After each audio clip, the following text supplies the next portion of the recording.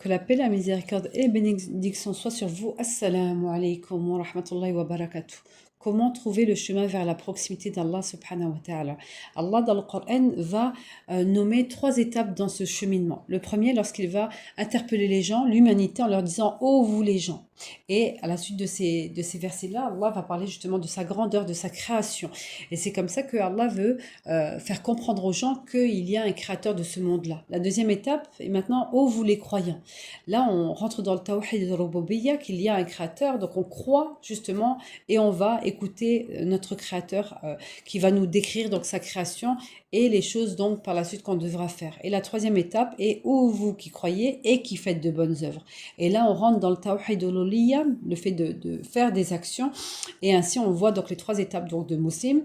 On commence à être musulman, mu'min, on commence à être croyant, subhanallah, et muhsin, donc chercher la perfection et vraiment la proximité d'Allah subhanahu wa ta'ala. On retrouve justement ces notions-là dans le Fatiha et dans Surat Nas. Dans le Fatiha, lorsqu'on va dire Rabbil alamin, on voit le créateur donc de l'univers et on voit Iyyaka na'budu wa iyyaka nasta'in, c'est toi que nous adorons. Hein, on voit bien le terme a'bud qui signifie bien donc d'adorer, hein, de faire des actions pour Allah subhanahu wa ta'ala. Et pareil dans Surat Nas, on va avoir Qulullahu ahad, il est Allah unique, un seul Allah. Et on va voir Samad, celui qui mérite l'adoration, c'est lui que nous invoquons, subhanallah. Donc c'est lui qu'on va donc invoquer Allah subhanahu wa ta'ala.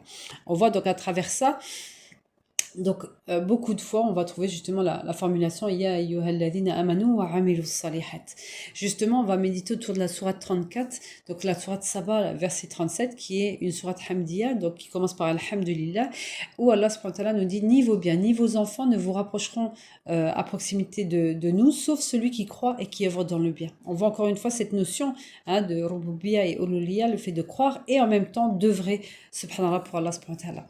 Justement, on a cette répétition que Allah nous montre toujours l'histoire de Iblis au tout début avec les anges, et ils vont avoir le choix soit de se prosterner devant Adam alayhi salam, l'ordre qui était fait. On voit que Iblis va refuser, mais que les anges vont célébrer et donc se prosterner devant Adam alayhi salam comme il avait été demandé. Et ils vont répondre à cette formule qu'on retrouve dans le Coran, Sami'na wa ata'na, ce qui signifie donc on écoute et on obéit. Et voilà, Iblis n'a pas choisi donc de prendre ce choix-là, et c'est comme ça qu'il va être banni et rejeté et avoir a'udhu billah, la mauvaise destination. Et justement, on va parler de la proximité maintenant d'Allah subhanahu wa ta'ala. On a un hadith qudsi qui dit « Mon serviteur ne cesse de se rapprocher de moi donc par des nafilas, par des actes donc surérogatoires. Et par la suite, donc je vais l'aimer donc et je l'aimerai, donc je serai son œil avec laquelle il voit, son oreille avec son ouïe avec laquelle il entend, sa main avec laquelle donc il utilise ces choses, et pareil pour les pieds. Donc on voit que plus on va faire des actes d'adoration, donc des nafilas, des actes surérogatoires pour Allah subhanahu wa ta'ala, plus Allah il va nous aimer. On a également dans Surat Baqara où Allah subhanahu wa ta'ala dit Allah il aime ceux qui excellent, donc pas se contenter donc voilà des petites choses, des choses obligatoires, mais de pousser et montrer notre amour pour Allah subhanahu wa ta'ala. Et on voit justement que Moussa alayhi salam va toujours choisir le plus de travail. Moussa, lorsqu'il va être avec Chouaib, il va lui proposer, donc Chouaib va lui proposer 8 ou 10 ans, et Moussa va donner 10 ans, d'accord, de travail pour pouvoir se marier avec la fille de Chouaib. Et pareil, notre prophète alayhi salam, quand il verra les Juifs donc jeûner le jour de Ashura, et donc il va dire, bah nous on va faire un jour de plus. On voit toujours qu'ils avaient ce souci de vouloir faire plus encore pour montrer notre amour à Allah subhanahu wa ta'ala. Et les clés pour avoir cette constance et cette progression, Inch'Allah, dans le chemin vers la proximité d'Allah subhanahu wa ta'ala, c'est de se fixer des objectifs, d'avoir une discipline et une routine, et de se forcer à, bien évidemment, lorsqu'on s'engage pour Allah subhanahu wa ta'ala, à dire je vais faire mes awrad, donc mon programme de wijd au quotidien, donc je vais faire un chiffre, un montant donc de salat ala nabi, de la formulation la ilaha illallah ou de toute forme de dhikr, hein, c'est important donc de tenir à cette discipline, à cet engagement.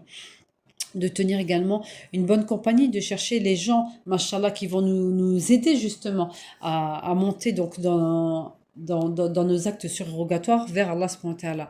Donc c'est important. Et surtout, je terminerai par une dernière chose, c'est que notre prophète alayhi salam demandait justement la protection contre la paresse, qui est un des grands fléaux, et donc contre l'insouciance en même temps, d'oublier, donc d'aller dans des divertissements, etc. Donc on voit que c'est important de dire tout simplement des choses tout simples, mais a'udhu bika min al-kasal. Donc je demande la protection contre la paresse, ou al-ghafla, et l'insouciance, Inch'Allah, qu'Allah il nous aide Inch'Allah, à l'adorer de la meilleure des manières. Allahumma a'ini ala dhikrika wa shukrika wa husni ibadatik. Assalamu alaikum wa rahmatullahi wa barakatuh.